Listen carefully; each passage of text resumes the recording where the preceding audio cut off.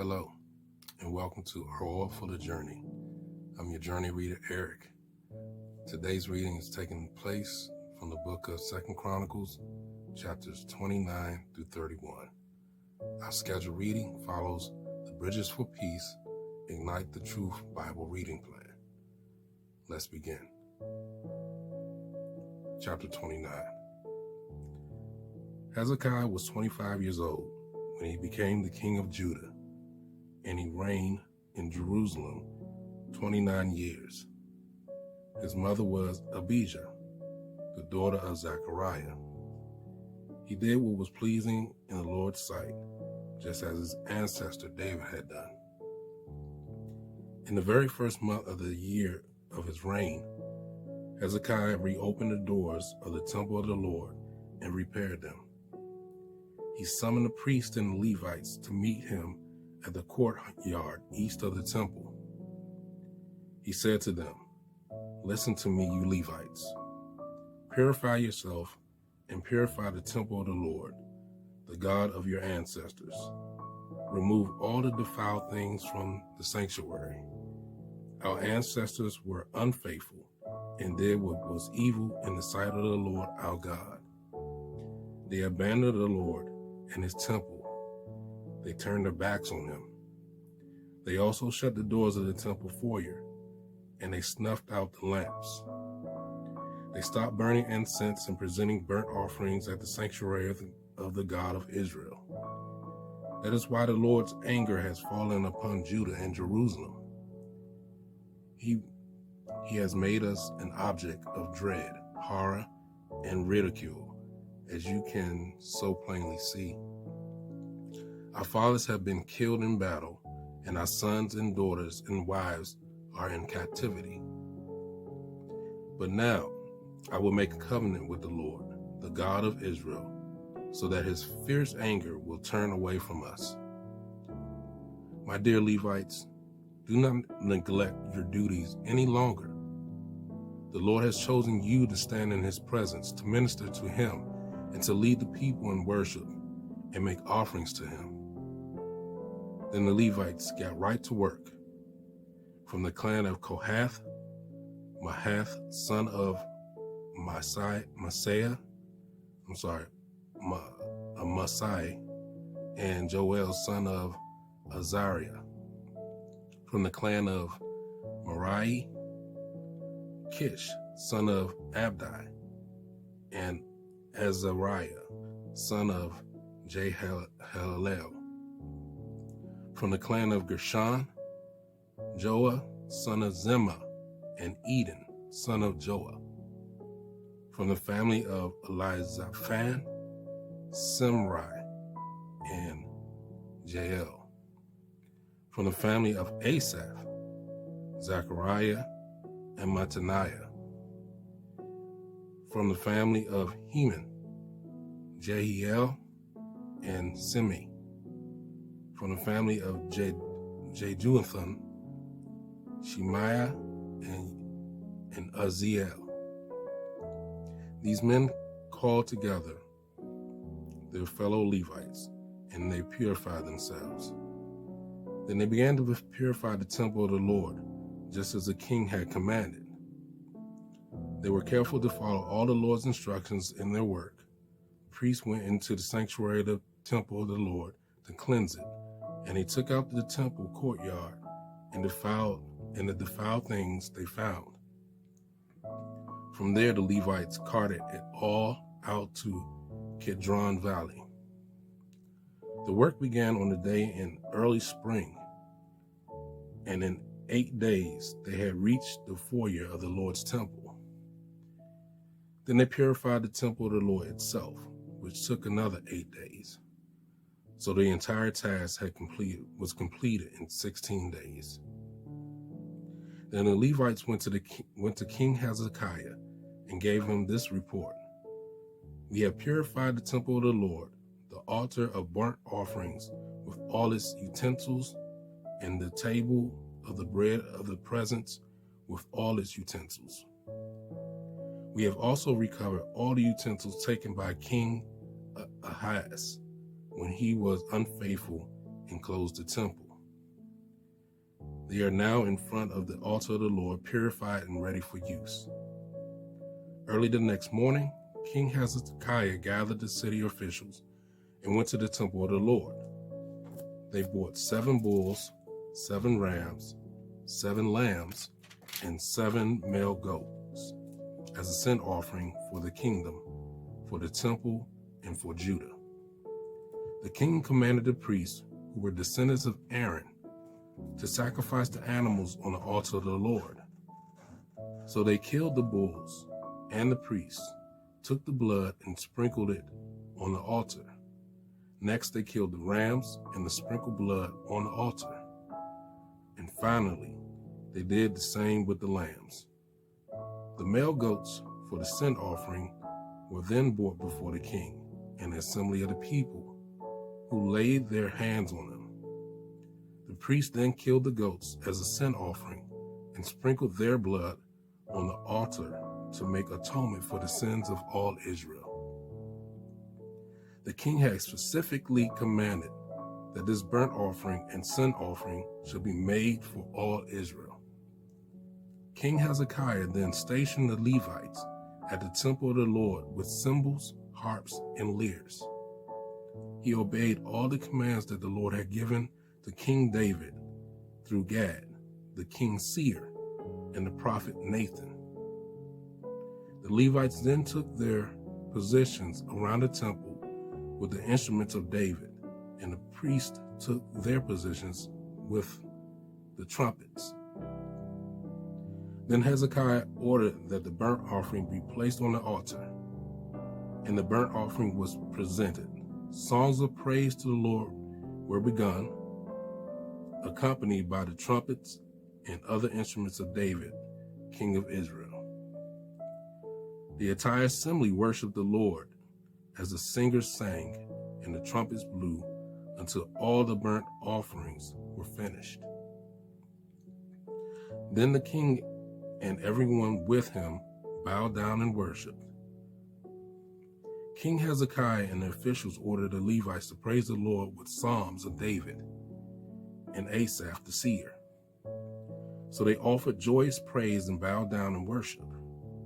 Then Hezekiah declared, "The dedication ceremony has come to an end. Now bring your sacrifices and thanksgiving offerings to the temple of the Lord." So the people brought their sacrifices and thanksgiving offerings, and those whose hearts were willing brought burnt offerings too. The people brought to the Lord 70 bulls, 100 rams, and 200 lambs for burnt offerings. They also brought 600 bulls and 3,000 sheep as sacrifices. But there were too few priests to prepare all the burnt offerings. So their relatives, the Levites, helped them until the work was finished and until more priests had been purified. For the Levites had been more conscientious about purifying themselves than the priests.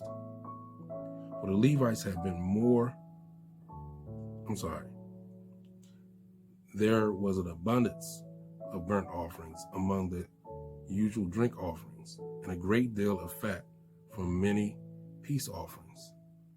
So the temple of the Lord was restored to service, and Hezekiah and all the people rejoiced greatly because of what God had done for the people, for everything had been accomplished so quickly. Chapter 30. King Hezekiah now sent word to all Israel and Judah, and he wrote letters of invitation to Ephraim and Manasseh. He asked everyone to come to the temple of the Lord at Jerusalem to celebrate the Passover of the Lord, the God of Israel. The king, his officials, and all the community of Jerusalem decided to celebrate Passover a month later than usual. They were unable to celebrate it at the regular time because not enough priests could be purified by then, and the people had not yet assembled at Jerusalem. This plan for keeping the Passover seemed right to the king and all the people. So they sent a proclamation throughout all Israel, from Beersheba in the south to Dan in the north, inviting everyone to come to Jerusalem to celebrate the Passover of the Lord, the God of Israel. The people had not been celebrating it in great numbers as prescribed in the law. At the king's command, messengers were sent throughout Israel and Judah. They carried letters which said, "Our people, O people of Israel, return to the Lord, the God of Abraham, Isaac, and Israel, so that he will return to the few of us who have survived the conquest of the Assyrian king. Do not be like your ancestors and the relatives who abandoned the Lord, the God of their ancestors, and became an object of derision, as you yourself can see. Do not be stubborn as they were, but submit yourself to the Lord. Come to his temple, which he has set apart as holy forever. Worship the Lord your God, so that his fierce anger will turn away from you. For if you return to the Lord, your relatives and your children will be treated mercifully by their captors, and they will be able to return to this land. For the Lord your God is gracious and merciful. If you return to him, he will not continue to turn his face from you."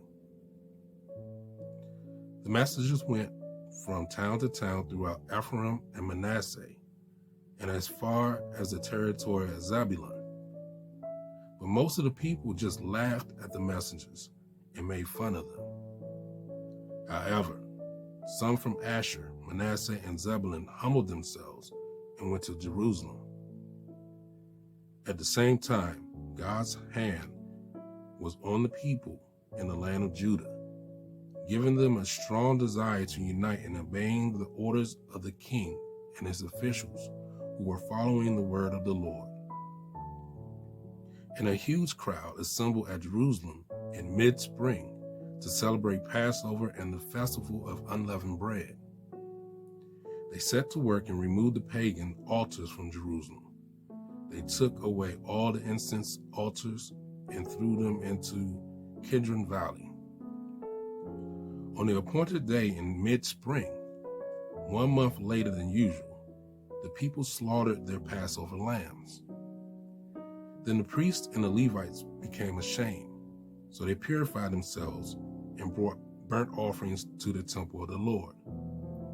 They took their places at the temple according to the regulations found in the law of Moses, the man of God.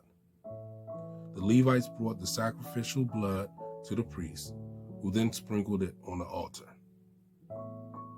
Since many of the people there had not purified themselves, the Levites had to slaughter their Passover lambs for them, to set them apart for the Lord. Most of those who came from Ephraim, Manasseh, Hezekiah, and Zebulun had not purified themselves. But King Hezekiah prayed for them, and they were allowed to eat the Passover meal anyway, even though this was contrary to God's law. For Hezekiah said,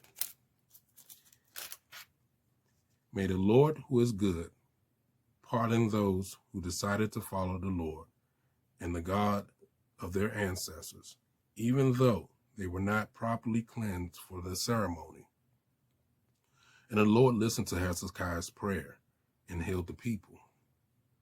So the people of Israel who were presented in Jerusalem celebrated this festival of unleavened bread for 7 days with great joy.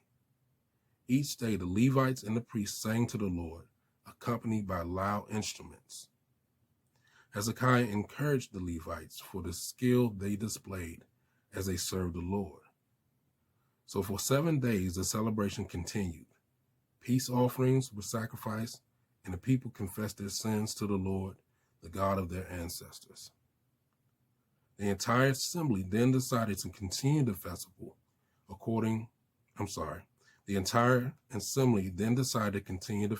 another 7 days, so they celebrated joyfully for another week. King Hezekiah gave the people 1,000 bulls and 7,000 sheep for offerings, and the officials donated 1,000 bulls and then 10,000 sheep. Meanwhile, many more priests will purify themselves. The entire assembly of Judah rejoiced, including the priests, the Levites, all who came from the land of Israel, the foreigners who came to the festival, and all those who lived in Judah. There were great joy in the city, for Jerusalem had not seen a celebration like this one since the days of Solomon, King David's son. Then the Levitical priests stood and blessed the people, and God heard them from his holy dwelling in heaven. Chapter 31. Now when the festival ended, the Israelites who attended went to all the towns of Judah, Benjamin, Ephraim, and Manasseh, and they smashed the sacred pillars, cut down the Asherah pole, and removed the pagan shrines and altars. After this, the Israelites returned to their own towns and homes. Hezekiah then organized the priests and Levites into divisions to offer the burnt offerings and peace offerings, and to worship and give thanks and praise to the Lord at the gates of the temple.